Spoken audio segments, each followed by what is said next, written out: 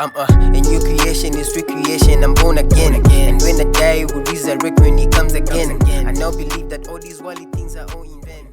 Hi guys, and welcome to the Powerful Peace podcast, where stories of transformation and healing come to life.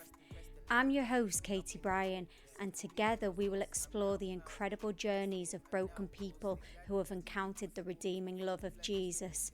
From lives once shattered by abuse, despair, and the darkness of the New Age occult, we'll witness how God's grace has powerfully restored and renewed each soul. In each episode, you'll hear real, raw testimonies of people like myself who battled mental health struggles and found hope in the unshakable peace that only Christ can offer. This is more than just a podcast. It's a testimony to the power of redemption, a reminder that no one is too far gone to experience the life-changing touch of Jesus. Join me as I share stories of brokenness turned into beauty and despair, transformed into eternal peace. Let the power of His peace meet you right where you are. Know that you never fail me once again. I pray you help me, change me, make me more like your son Jesus Christ who died on the cross just to set me free. And round two. We've got so much to talk about, haven't we? So much to talk about. Like with your testimony, obviously you covered a lot of bases, but it doesn't touch the surface, does it? It doesn't even touch the surface. But I do just want to ask the Holy Spirit to come in and bless this podcast and just, give us strength, give us the voice that we need to expose the darkness, because that's what it is, isn't it? I think off the back of Epstein and Diddy, it's very real, isn't it? These things that are going on. Yeah. So you told me something just that blew my mind, and this is why I was like, we need to recap and go over things, because about your dad is just mind blowing, isn't it? Yeah. So to recap your testimony, anyone who's listened to it, you're abused by your dad. Your dad was a Christian pastor. I say Christian with air. What are they called when you do that? Quotation. Air quotation. Air quotations. It was a front, wasn't it? A front. Yeah, I believe so. Yeah. Well, it was. Yeah. Yeah, it was. A massive front just for him to really. How would you word it? What he was doing and why he'd choose that? I don't know. It was almost like a playground for him. I don't know. Do you think? Yeah. It gave him instant access. Yeah. And respect. Mm-hmm, yeah. Trust. Yeah.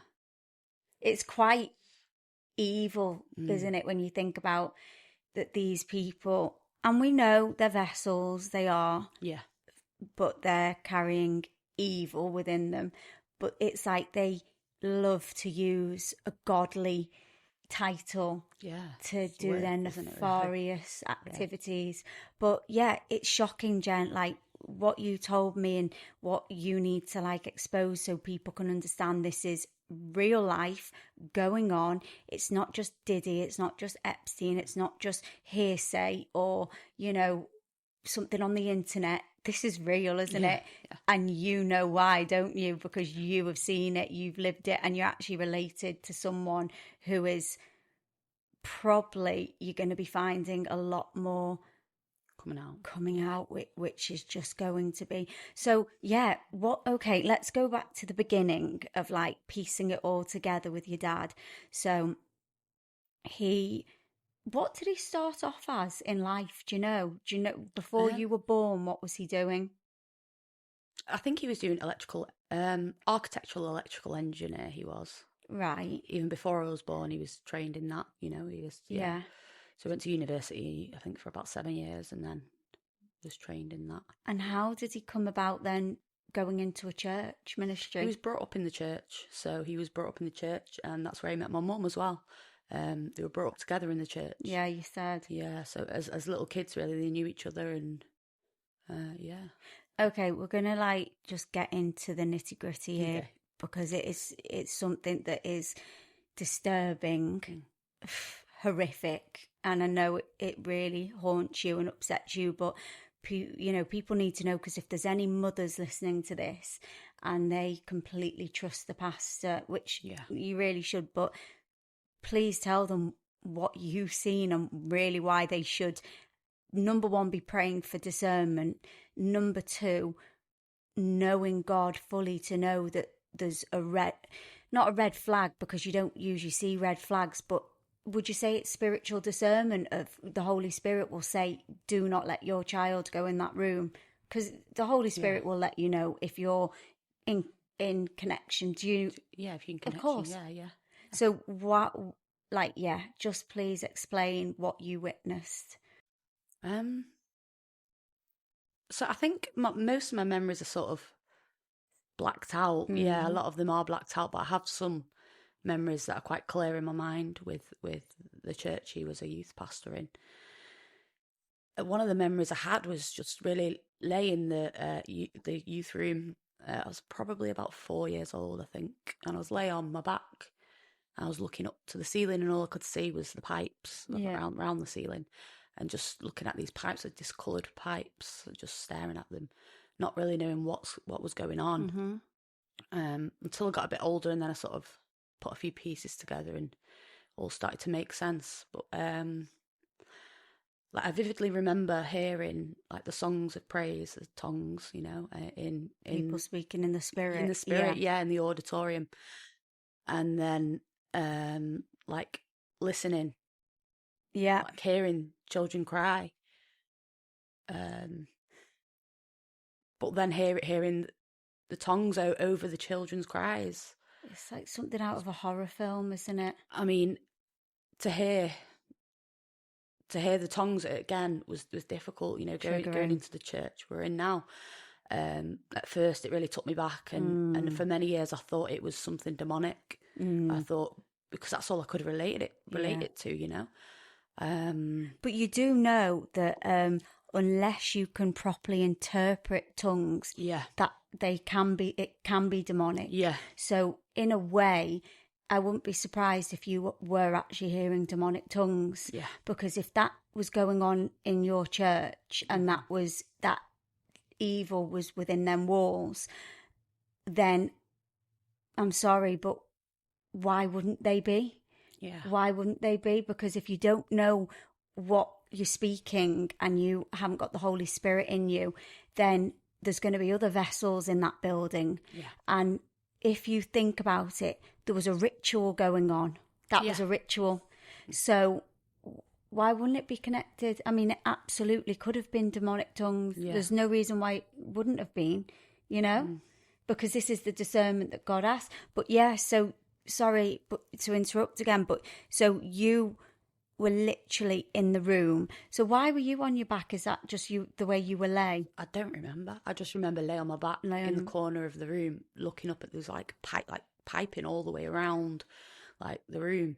It was discoloured piping, it was sort of yellowy colour. Yeah. And I just remember looking at this piping and the joints that was sort of joining the pipes together, and just really staring at them for a long time. Because you were just trying to get your attention away, because what was happening in the room is your dad was, God, how would you say the word without it being censored out? Having intercourse with the children, with the little girls. So girls or boys? Girls. Girls. The little ones. Yeah, little, very little. Because you remember them being lay on their back and crying. Oh God, you just and the church was, well, call it a church lightly. It was very lightly. It's actually run by my dad's side of the family, so they own it. So it's my dad's auntie. It's my great auntie. I think they own it. They run it. Yeah. They run the church, and her husband is a pastor there, and So how many times would you say you witnessed this? I don't know. Many. I don't know. From memory, maybe. I probably count on one hand from memory. But that's what probably happened a lot more than what I remember. And I was there from birth until about 8 or 9, I think. Right. Yeah. And even as you got older, what would happen when you were older? Were you still just there witnessing it? Or, well, I suppose because your dad was also abusing you, that it was just all hush hush and it didn't, well, if it was happening to you, then he had no worries that you would say anything because you didn't tell anyone he was doing it to you. So it was no bother, was it, for him? He just cracked on. Yeah. And it's funny because, well, it's not funny, but I met, after leaving the church in adulthood, I've met people in mental health facilities who went to the church. Really? Quite damaged people, even, more damaged than I was, Wow. And they went to that church? One of the girls actually recognised me. I didn't recognise her, and she said, "Why are you here?" I said, "Oh, well, I just went back to root causal. My dad did this to me." And she said, I know you. I went, "Oh, well, I went to this church, but at the time I called it a cult because really it was a cult." And she turned around and named the church.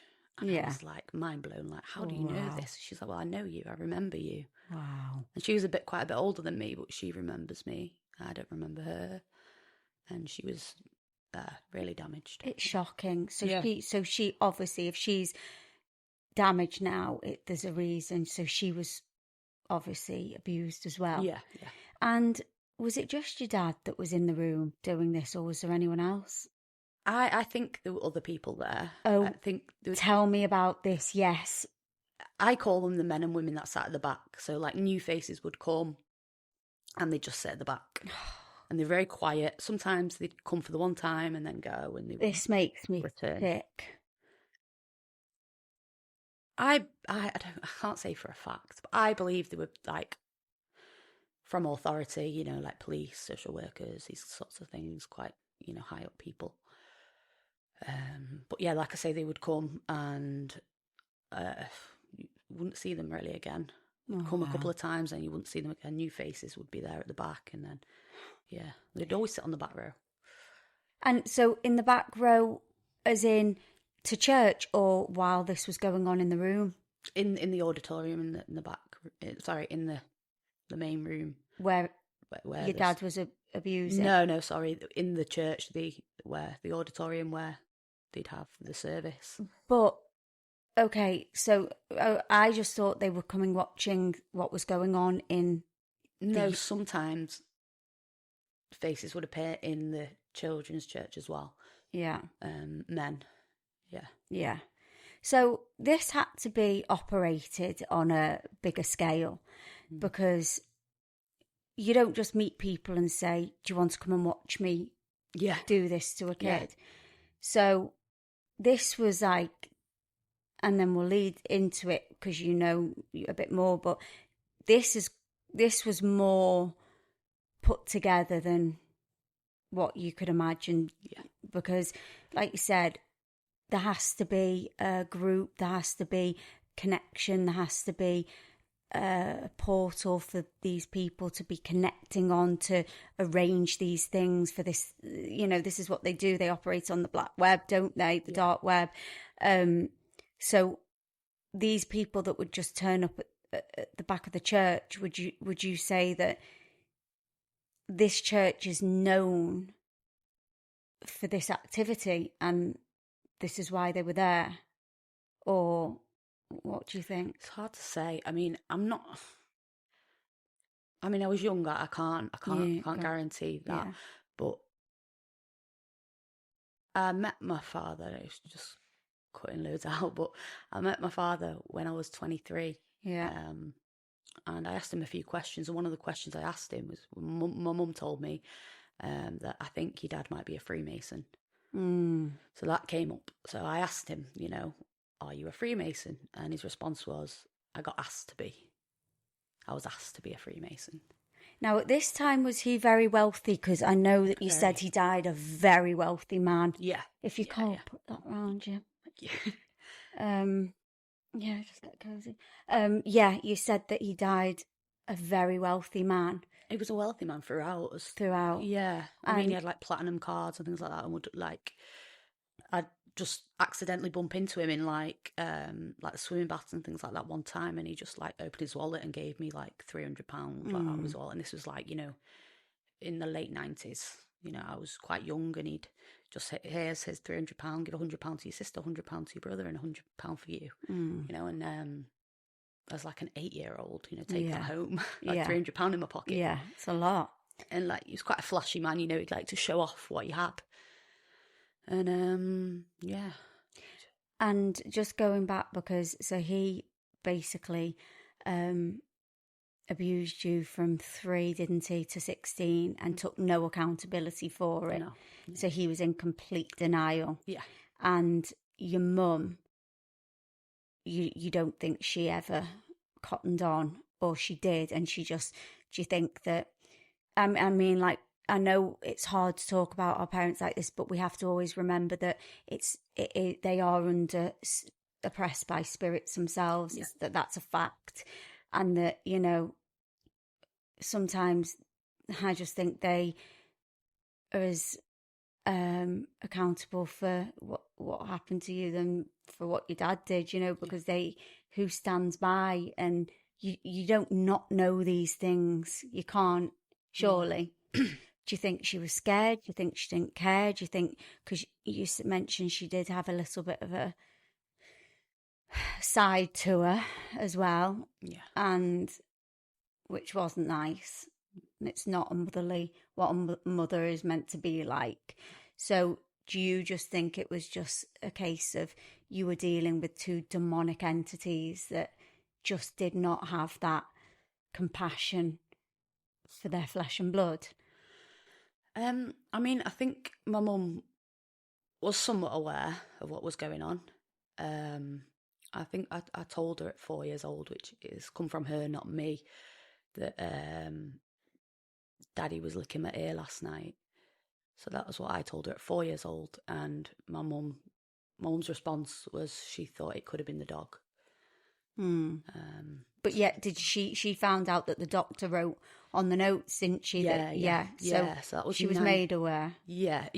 So I was having like water infection after water infection, unexplained water infections, and the antibiotics, and then they would come back, and so we went to the doctors in 1997, which made me like 4.5 at the time. Mm-hmm. And the I've read on my medical records anyway, it says sexually abused in brackets by father 1997. Yeah. So I've read that, that was wrote down then, and nothing was done about it. It wasn't passed on to social services or anything like that. Which in itself is despicable, isn't it? Despicable that you realise how covered up and how pushed under the rug these things actually are, that they can do that. So you said, obviously you mentioned your sister, she was also as bad as you, would you say? The same? Have you ever spoken to your sister about it? Yeah, we've spoke about it. We don't speak in detail about it, but we have spoke about things. Yeah. And she's not in a good way, is she? Not really, no. No, which you wouldn't be, would you? So is she in and out of hospitals and psychiatric? She has been, yeah. She has been, yeah. And not just completely destroyed in turmoil. Yeah. It's hard to see because, she's my little sister. And even like from the womb, like when she was in my mum's womb, I made a promise that I would protect her. Yeah.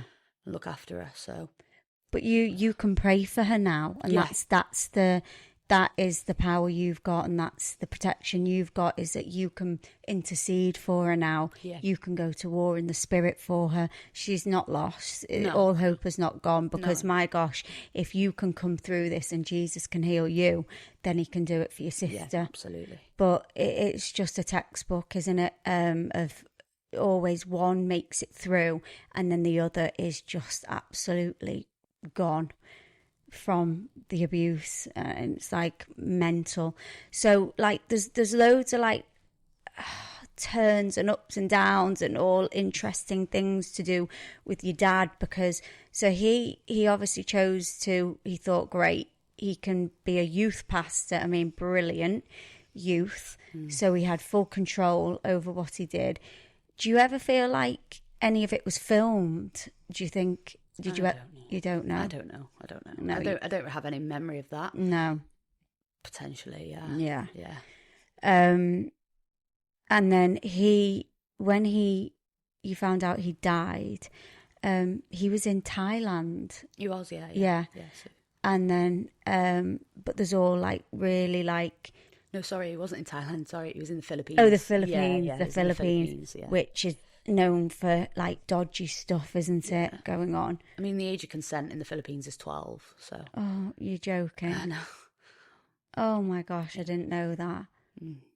I did not know that. That's so great that he was there. That fits the bill, doesn't it? Yeah. So did he have? Well, he told your mum, didn't he, that he had a young?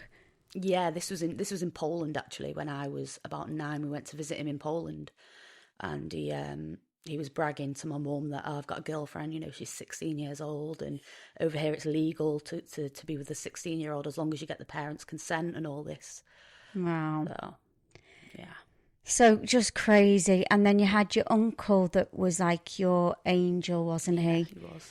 And just explain about him and you know the death, you know, all the like the around the deaths and the dates and stuff. Yeah. So will you just go through that again? Yeah. So my uncle was like, he was my dad's brother. Yeah. He's his younger brother, and my dad bought like a season ticket for me and him to go to the football. Mm-hmm. But my dad never showed up for the football, so he would give his ticket to his brother to take me. Yeah. So that's sort of where we became quite close, me and my uncle. And we used to go to the football together and, you know, to the pub beforehand and like just have a nice time and get in his nice car. You know, I think he had a Lamborghini. Oh, so he'd, wow. Like, really speed down the road, and it was so much fun, you know, as an 8, 9, 10-year-old. Wow. It was amazing, yeah. So your family had a bit of wealth then? My dad's side, yeah.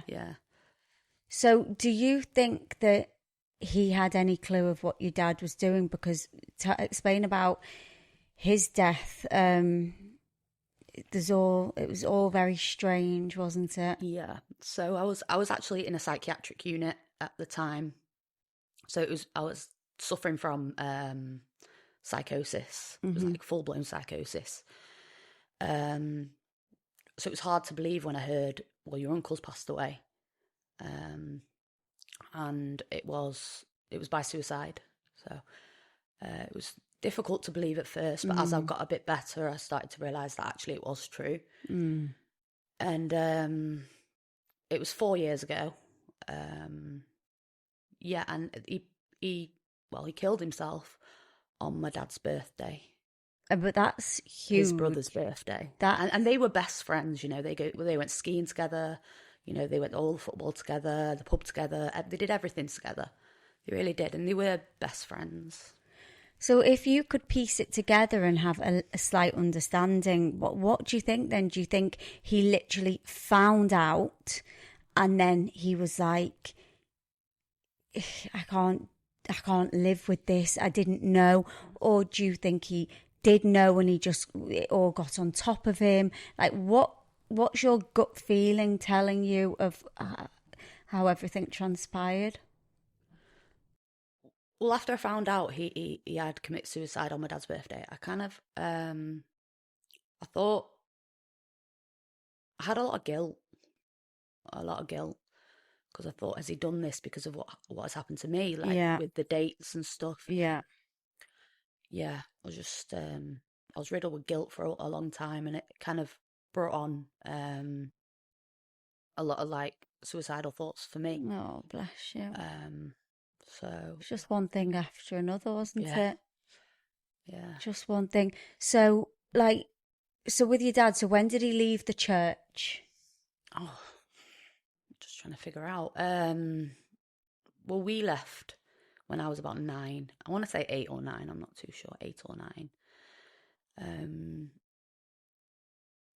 Yeah, it was after they divorced. My mum and dad divorced. And why did they divorce? I believe it's because of my dad's controlling behaviour towards my mum and abusive behaviour. So he was abusive with my mum as well, physically and very controlling, psychologically and emotionally abusive. Yeah. So. And she initiated it? She wanted to leave? Yeah. I think the story was, the last straw was, it was winter. He had a lot of money. He'd give my mum a budget and he'd write a list and think, do this and do this and do this. And I think she asked him, I need some money to buy Jen some winter boots because it was snowy outside. And he said no. And my mum was like, that was it for me. Yeah. That was the last time. Yeah, she was fully under his mercy. Mm. But do you think, though, like, I mean, if she did have an inkling of everything, why would you think she would stay? He was controlling. He was like this. And if she had a slight hint that, I mean, not just you, it was your sister as well. Yeah. Was your brother left untouched? Yeah. Yeah, because he was obviously just into girls. Yeah. So how do you rationalise that? Like, how can... You're a mother yourself and you've got a daughter, and if your daughter told you these things, and you probably would have said a lot more as well that you can't remember.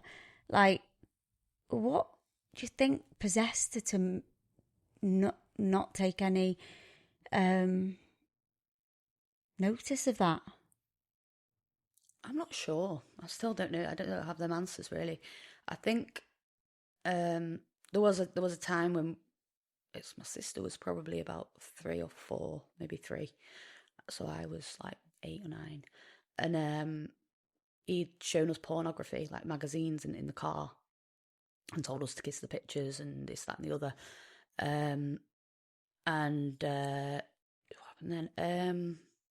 My mum called. We came home. I didn't say anything to my mum. I was sort of quite well groomed. I wouldn't. I would protect him. I really would go out of my way to protect him. Wow. Yeah. And my sister actually spoke up and said, Dad showed us these pictures and he told us to kiss them. And Mum was like, what pictures were they? She was like, naked ladies. And then my mum got us all in individual rooms and questioned us all separately. And the story was exactly the same, from all of us. So she questioned my dad about it. Yeah. I think my dad brought over a magazine, which was like I don't know, like MTV magazine or something, and said this was the magazine. There was a few girls in it with like, I think, I don't know, bikini top. Bikinis, Yeah, that kind of thing. And he said that was the magazine, but it wasn't the magazine. No. It was full blown pornography. Yeah. And yeah. She believed him. Well, no, actually, she called social services. Right, okay. Social services came out and they said to my mum that she was bitter about the divorce. Oh, and for her to sort of leave him alone. Yeah. Oh, God. I know, right? Oh, Jesus, you can't make this stuff up, can you? Sometimes you think, what hope is there? I know. What? You've had a doctor, you've had social services, you've had everyone with authority that's just gone, no. Yeah. And this is when you realise that this is why victims don't speak up. Yeah. I mean, I listened to a podcast the other day, Joyce Meyer, I love her. Oh, Joyce. And she was her dad did the same. Yeah. And she said one time she thought finally she was going to get saved from it. The police came and instead he said, can I ever go with her? And that's what the police said to the father when they caught, not you're going to prison or can I can I have a go? And this is what you're dealing with. It's corruption all the way along the line. It's evil through and through. And just because someone's wearing a police badge or a judge or a lawyer or somewhat a social service, doesn't matter. No. They're usually the worst. Yeah. Yeah. Yeah. I mean, all of those kids in Ireland, in the Catholic foster care system. Yeah. They're the seems to be the places that these paedophiles run loose, aren't they? Foster homes. It really does. It really makes you sick to your stomach when you think that people go out the way to foster people so that they can do that or get a job as a teacher or anything where that they can get their hands on. It actually is frightening, isn't it? Scary, really scary. And also I watched like a documentary where these people would go on the dark web to speak to these paedophiles to see how they are operating, and they have big lists of, right, if you know, get with a woman who's got children, come in as the saviour, look after the kids and get in with her, and single mothers are the best. It's every nook and cranny, isn't it?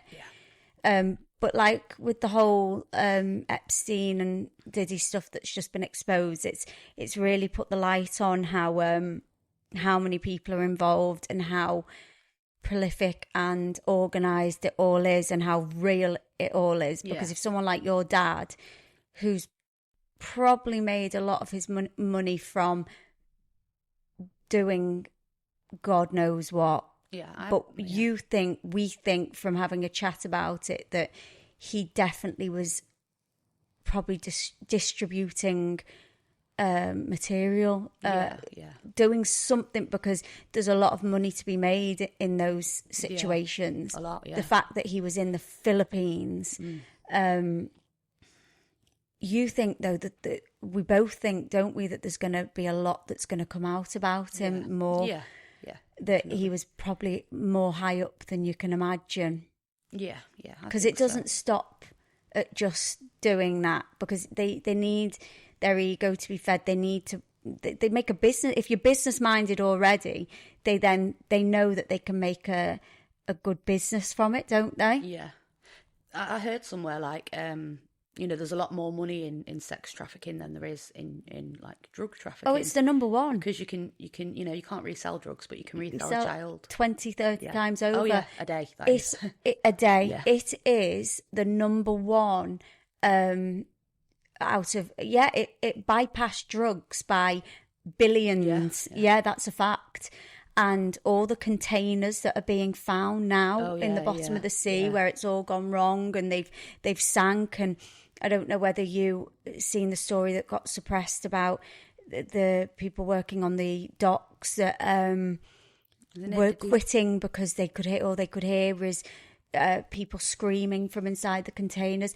Then it's no coincidence that P. Diddy lived opposite the docks, the docks, all the tunnels that are under their homes. Like, it's so much more common than anyone can ever think. Did you hear about the story, those kids? Oh my gosh, what? They've even done a Netflix documentary, but they've made them look nuts on the documentary.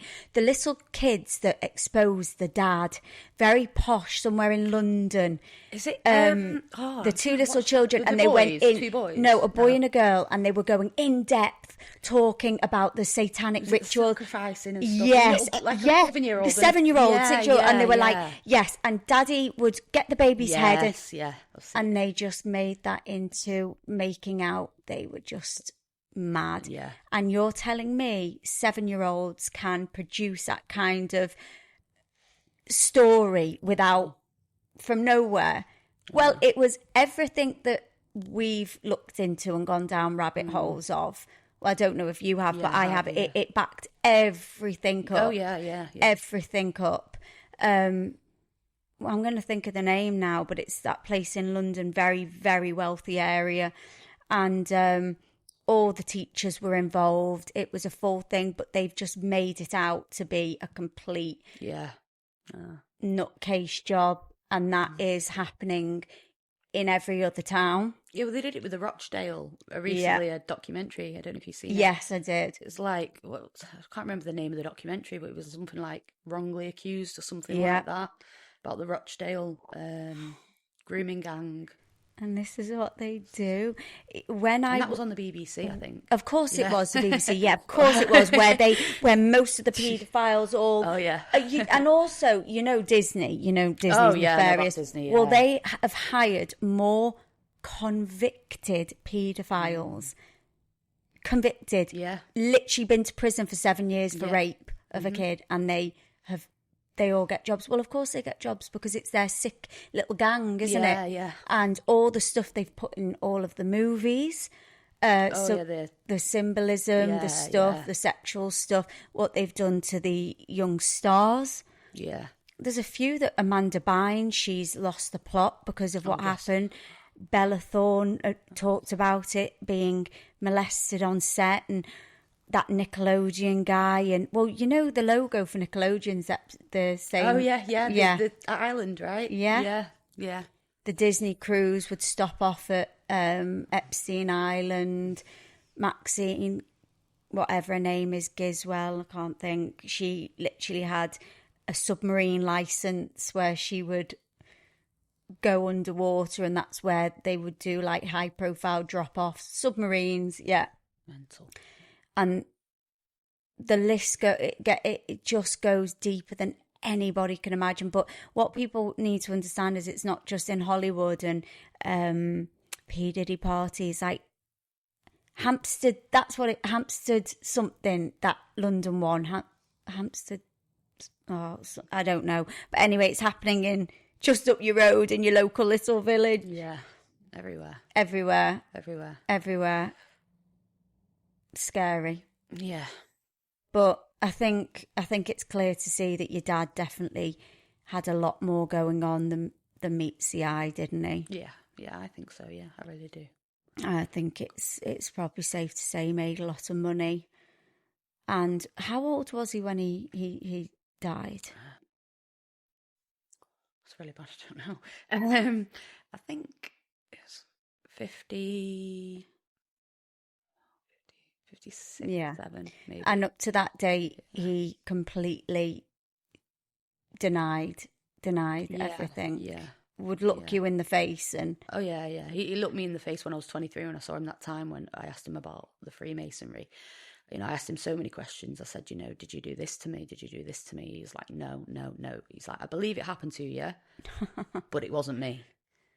That's another level of sicko, isn't it? Yeah. When they can look you in the face and say, I believe it happened to you. I said, I'm so sorry, it wasn't me. Imagine. I mean, and the only other men in my life was my mum's ex-partner, who was amazing. No doubt, I don't doubt him at all. No. He was only ever loving towards us, and, he did things right by us, and he was more of a father than he was. And my granddad, who was also, an amazing man, absolutely amazing, can't fault the man. And see, this is what they love, is for you to lose your mind a bit in and out of psychiatric hospitals, so he can say something like that of, oh no, it won't have been me, are you sure that you remember? Like, that's what makes me ill, is when they're able, they use that as a great excuse of, aren't they so glad that they can say to people, she's trouble. Yeah, she's troubled. What a good get out clause. But do you ever think about all the other kids that, I'm sure you do, that he's affected at the church, like what they're doing? Are they okay? Do you ever wonder what happened to them? All the time. Yeah. I mean, that's what led me to the last admission in hospital was what was happening to the other children. And I forgave him for what he did to me. I did. Yeah. And I dealt with that. I did deal with that a few years ago. I couldn't deal with what he did to my sister, and I couldn't deal with what he did to the other children. No. That's something I didn't forgive. I do now, I do now, but I couldn't for a very long time. Yeah. And so, like, just quickly going back to the Freemasonry stuff, who told you that? Who was that? My mum. So why did she think that was the case? So yeah. Why do you think she thought that? I think she had her suspicions, like, just a little things. Because the Freemasonry that I know, because I've had this chat with my dad, because our family, my granddad was in it, but he was a Christian, but there's different levels, isn't there? Yeah. And it's, I think, the 33rd degree and then a few down where they're sworn to secrecy. They would never, well, they can be killed for admitting it, can't they? But, I mean, I would say the 33rd degrees are mostly always like presidents and things like that, but there's definitely some levels.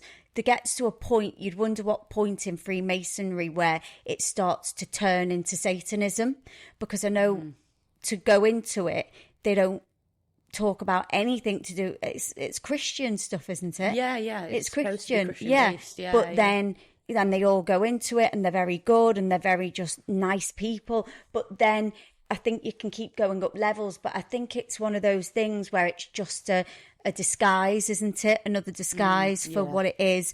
And of course, these people, I think maybe very few go into it and work their way up and get where they're turned into then, okay, this is what we actually do. I think it's more like a family thing. Like if you're legitimately born into the dark side of it, then obviously you know, your son will be in it, you're this, you're that. It's a family affair. But I don't think any Tom, Dick or Harry would walk into a Freemasonry and expect to then rise the ranks, would you? No. I wonder how it all works in that sense of like, are you sought out after? Do people come and invite you in? Like, in that case, if it is the satanic side of it, it's got to be through the children's stuff, hasn't it? That they know, okay, this is what he's into. Yeah. He's got money. He's, yeah. And let's get him in our club. Yeah. Because I can't imagine joining up thinking you're going to be in a Christian club and then next thing you know, you're doing rituals. Yeah. I mean, as well, all the way along the line, like things, like I say, the doctors didn't do anything about it. The social workers didn't do anything about it. And then when I was older, at 16, I made a police report and did a video interview and stuff. And it wasn't passed on, it wasn't everything, just obstacles in the way, and people like that. Pushing it aside. Because... Sorry, there's not enough evidence. Even though it's on my medical record, as a 4-year-old. Yeah. It's just... And this is where they thrive, these paedophiles and also these secret societies, is because they do have people. This is what they genuinely do. They need people in every section of life. Yeah, to cover it. And to just blot it out. Yeah. Oh, Jesus, I wish he'd just come back and sort this all out, because it just seems to be a never-ending loophole of just darkness sometimes, doesn't it? It's like, this is what they do, and people don't know, like, the half of it, the adrenochrome stuff, all the trafficking, and they all have disguises under their foundations, don't they? They all have a foundation, which is, you've got your Oprahs, your Clintons, all of them who have these like charities which are meant to be. Yeah. They're all, it's disguises, isn't it, for the trafficking? Oprah have a charity with Dwayne The Rock Johnson. Yeah. And have you seen all the stuff on them of what they've been up to? They're all part of the same club, all part of it. I mean, that Dwayne The Rock was on an interview talking about, to a little boy, saying he loves the taste of 10-year-old boys, and talking about pizza parties. And then Oprah, the lid is going to be lifted on her very soon. Yeah, she's very heavily involved in stuff. heavily involved. And then anyone who has gone to work for these foundations, like celebrities who have just innocently gone to do charity for them, have all ended up finding out the truth and then been killed off, like Avicii, the guy from Lincoln Park. They all Chester, and they find out, and even what they're doing to Justin Bieber is just bless him. He's gone a bit off the rails, hasn't he, recently? Well, I think he's sorted himself out. He's found Jesus, hasn't he? Yeah. And that is a blessing that he's come to God, and really, I think he's put his trust in him. I mean, look what they did to Kanye. You know, he exposed everything, but they all thought he was crazy. They all thought he's crazy, but I think they've got about 4 to 5 clones of him, because he's every time he's come out about it, he's disappeared. And he did say if he disappears, whoever comes back is not him. And I don't know if you've looked into it all, but he exposed everything, the deep dark stuff about like how the Jews run the world, and all the like the elite stuff, all the financial stuff, he even admitted to sacrificing his mother, all of that. And then he said, if I go missing and I come back weeks or months later, it's not me. Well, he went missing, literally came back shopping in Balenciaga straight after the Balenciaga scandal. No. With his hair shaved again, dyed blonde, which always in the their sick like MK Ultra world, that means that he's been reprogrammed or recloned. It's all symbolism. But shopping in Balenciaga, and then the way what he's been doing with that new wife, and exploiting her, and it's not Kanye, and people don't understand it. It's not him as well. And then you've got like Kim Kardashian, who's a high priestess witch, and people are like, no, she's not. No, yes, she is. The things that she's doing, and the control she has over the population and people, and what she's into and who she's associated herself with. After all that with Balenciaga, and she's still face of the campaign. I know. And she had kids going out in, I saw like gimp BCM, suits. Yeah.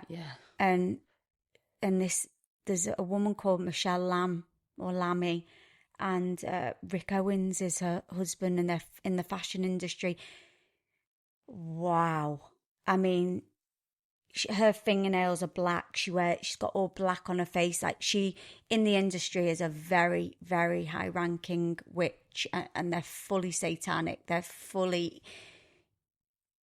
deep into it. And this is all that Kim Kardashian's hanging around with and doing all sorts of work with, and advertisements and campaigns with this woman who's known and to be what she is.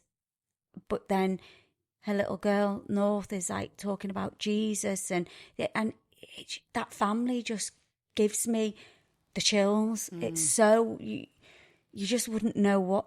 But it's dark. It's dark. I mean, look at the influence they've had on people. Look at what they've done to culture, to young girls. I know.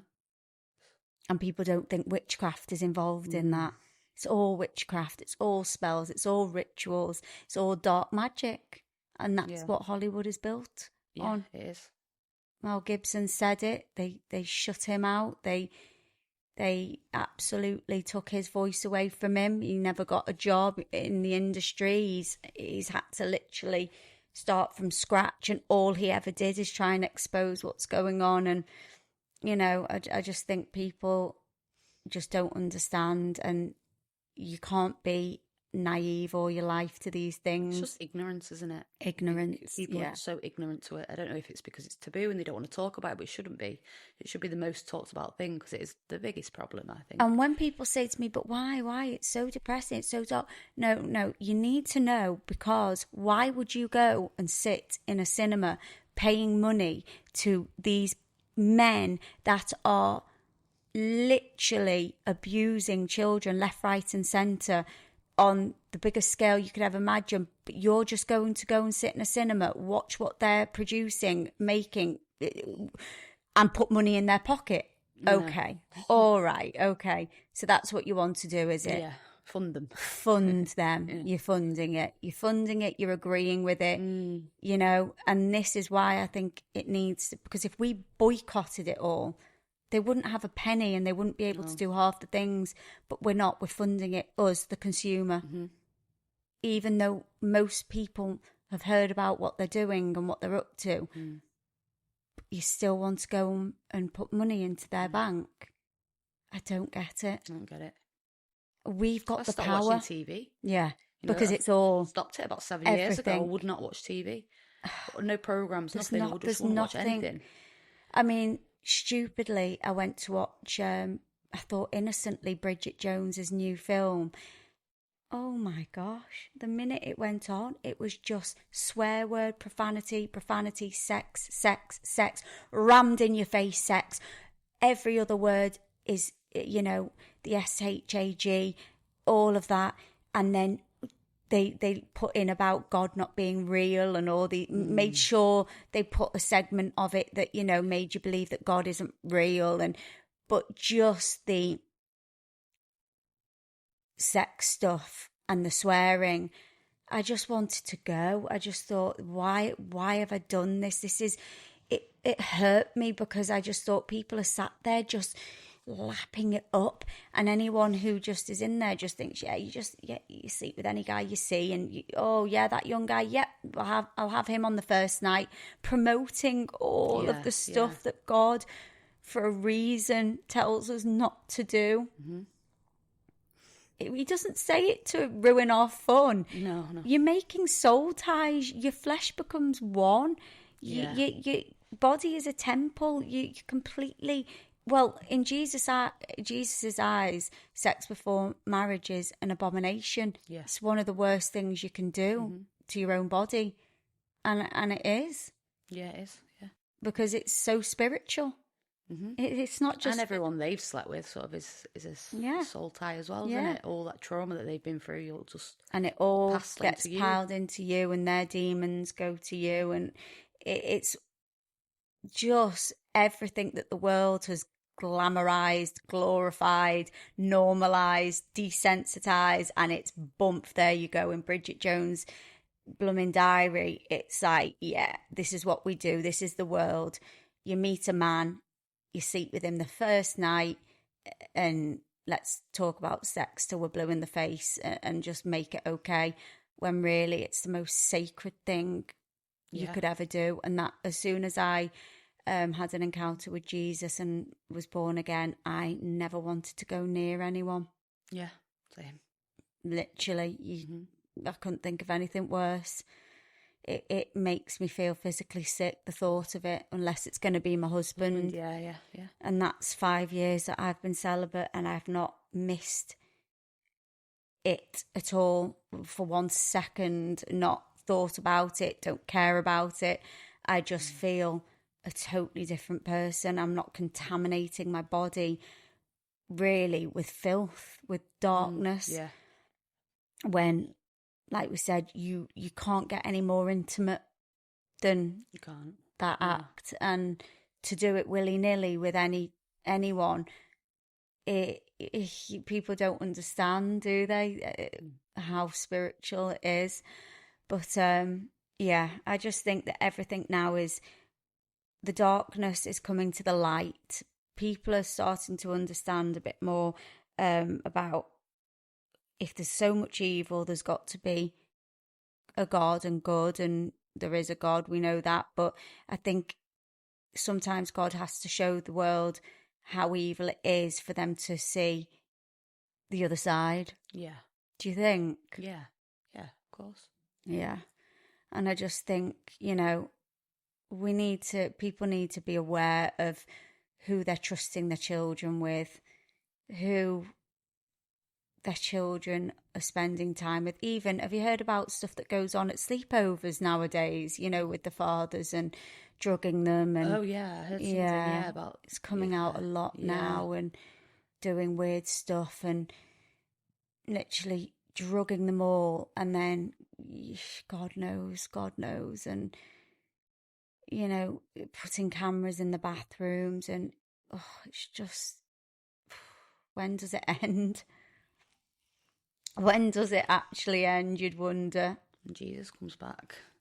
Oh, and he's going to judge these people who have been this wicked, and they are going to hell unless they repent truly. Yeah. They will burn in hell for what they're doing. There's no two ways about it, because you have to have a moment where I'm telling you now, God does turn you to your degenerate. There's a bit in the Bible where he turns you over to Satan, or he just allows you to turn into your wicked ways, and it's like he just hands you over to that. But I do believe, even, I bet you've seen a glimmer in your dad of normality at times where you thought, you know, you're actually, you're okay, you're normal, but then they're not normal because they're wicked, because they've got doing that. And it's like, I wonder at what point does God allow them to see what they're doing, and how much do they just ignore it? You just would wonder, wouldn't you? You'd wonder how many see the light and really repent for what they do, and how many just don't give a damn.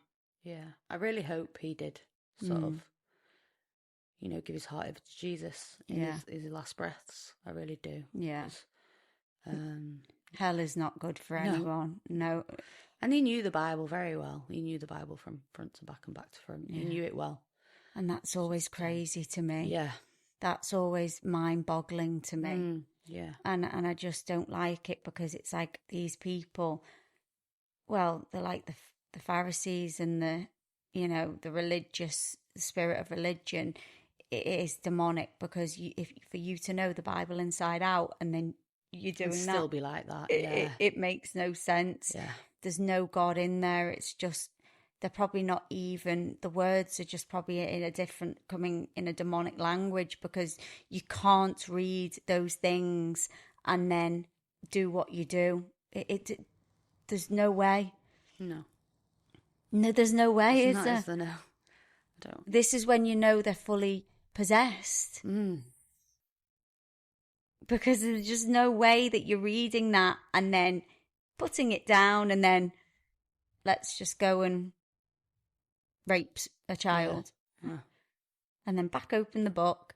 It's truly... And he'd preach as well, like on the stage, like in the main church, in the auditorium, he'd preach. Like I remember he used to play the drums as well, so the band used to play the drums and then preach a little bit, and then he'd go in the youth room. Hiding in plain sight. Yeah. It's just a demon hiding in plain sight. Yeah.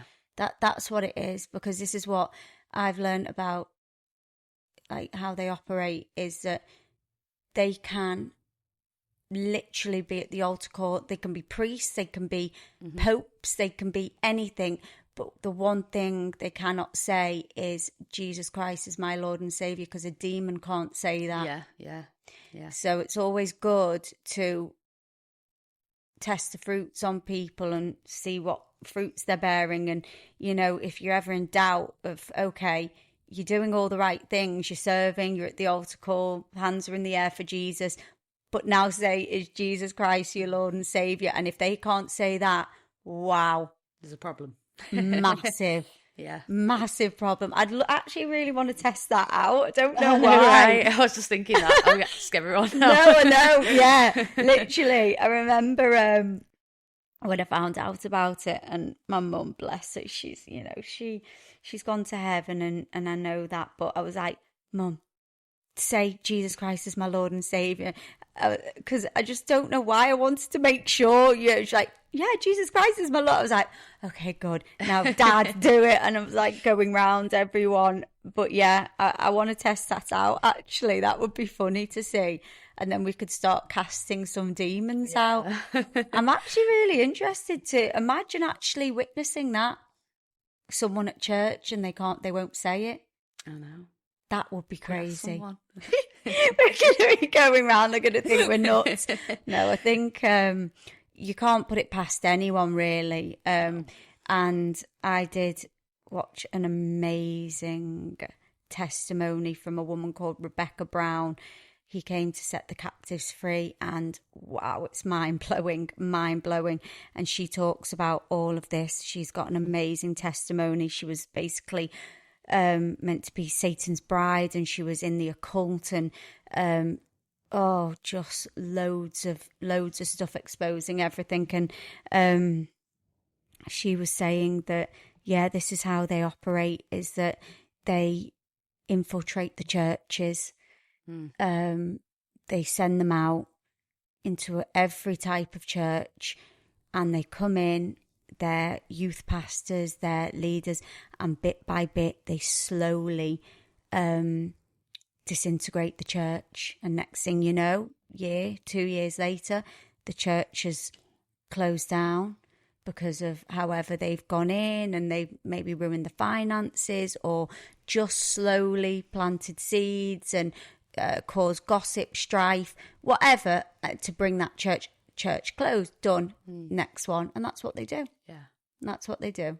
And that's how Satan uses his agents in churches. Yeah. Churches are his number one. Number one. Well, he was, your dad was an agent for Satan, clearly, because he took children who were there to be in the house of the Lord. And that type of ritual in the house of God is very, very powerful in the demonic realm. Well, to be in a church and defile a child, that kind of stuff is very powerful in the demon world, and that's what's frightening. And it's just messed up, isn't it? But Jesus can heal everything, every wound, and even the paedophiles. They are vessels at the end of the day, and he can still, his light still shines. Have you ever watched a movie called Nefarious?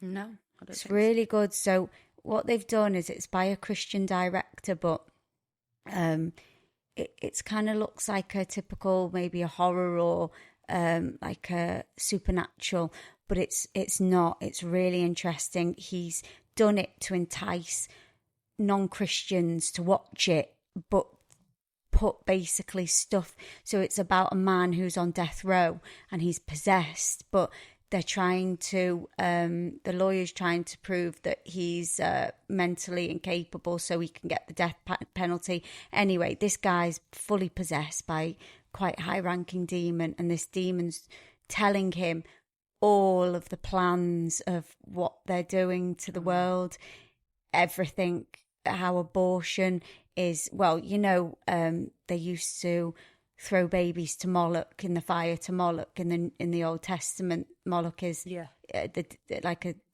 demon devil, and they would do child sacrifice to him. That's what is in Bohemian Grove, the same statues, the same. I think it's where they put the fingers up, fingers down. That's their deity. And now this demon was saying, we don't even need to do that. It's called family planning. It's called abortion. These women are going and spiritually sacrificing at the altar of, sacrifice. Well, you're sacrificing the child through, I'm too young. I've got a job. Too good of a job. I can't risk that. All of this is sacrifice. And then there's bloodshed, which makes it a ritual. And then there's death, because the child's murdered. Yeah. And that is child sacrifice. Yeah. And look at the amount. And I believe they take the babies away. I don't know what they do with them, but I know if you've sort of had an abortion and it's gone past the point of it just sort of coming out of you, when they have to birth the unborn baby, they take the baby away, and you don't get ashes or anything like that. No, God, no. There was a horrifying movie that was all about it. It was based off a real, true story of Planned Parenthood in America. Oh, my God. Wow. The first scene is a scene of... So it's they're completely business-minded. It's like a business. It's a business. Forget that it's life. It's a complete business. They're working, on targets and everything, and it's they're sucking, like, I think it must be 8 months or 9 months, and they're going in, and the baby is doing everything to get away from this thing that's coming. It's being pulled apart, and it's horrific. And anyway, it shows you all about that, and how that they are basically making so much money, and yet all the babies are going to, then it's like getting put in creams and all sorts of weird stuff. But yeah, it's the devil has the amount of children and babies and lives that are, murdered a day through that alone. And this demon was saying how, it destroys Jesus. Of course it does. He's watching it, he's seeing it, and how, popular it is, and how, it's going on. And yeah, he's just talking every plan. He tells this lawyer about everything that they're doing, their whole plan. And the final stage after LGBTQ, all of that, is people accepting paedophilia. Oh, yeah. What So do we that's call their it? last Maps. step. Yeah, maps. Yeah. And that's their last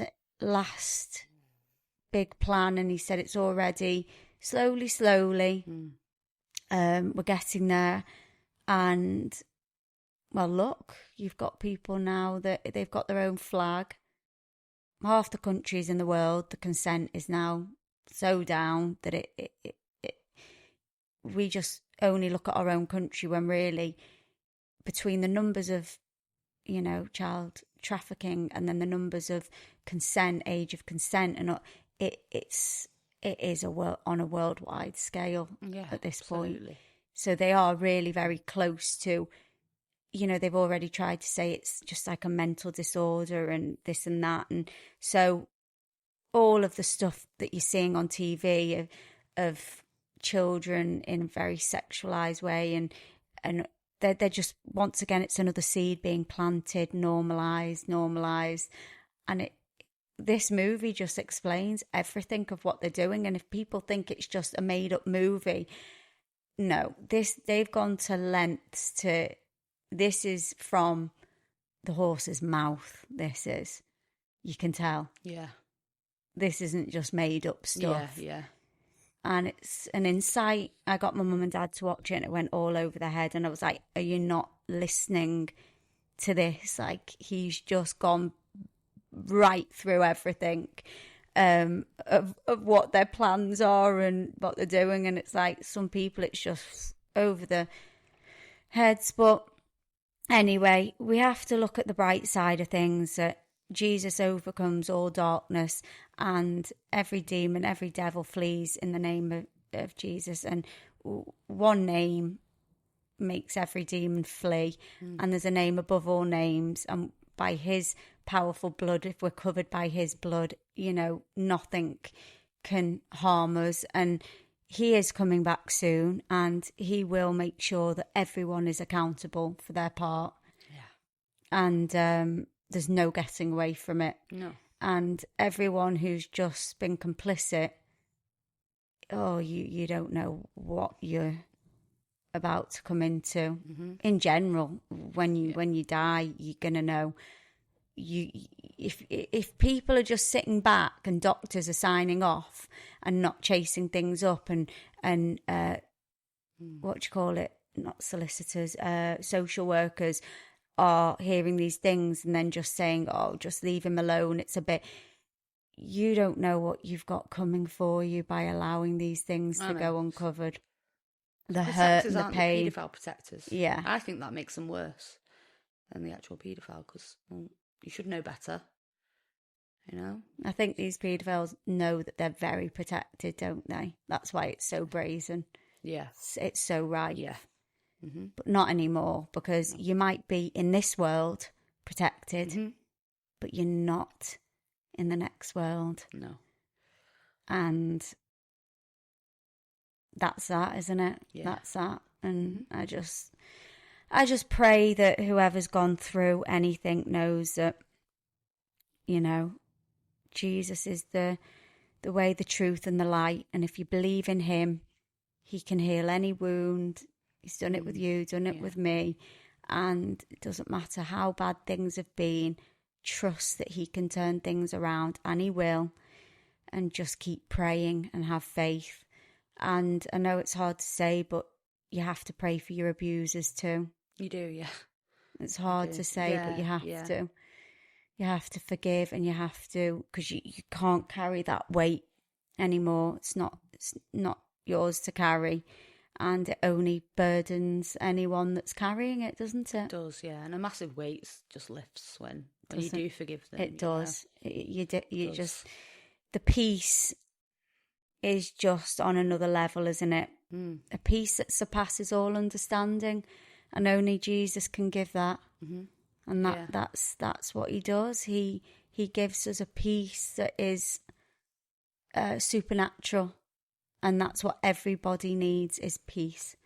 So on that note, thank you again. It's okay. Thank you. I've enjoyed it, loved it as always. I'm sure we will come back together and find something else to talk about. But I think we've given people a good insight of really that, you know, your own father can be up to these things, and, you know, just everyone needs to be praying for discernment and praying for your family. Yeah. And those around us, and keep praying for the children out there that haven't got anyone to pray for them. Yeah. Because we need to help them. But yeah, so God bless. God bless.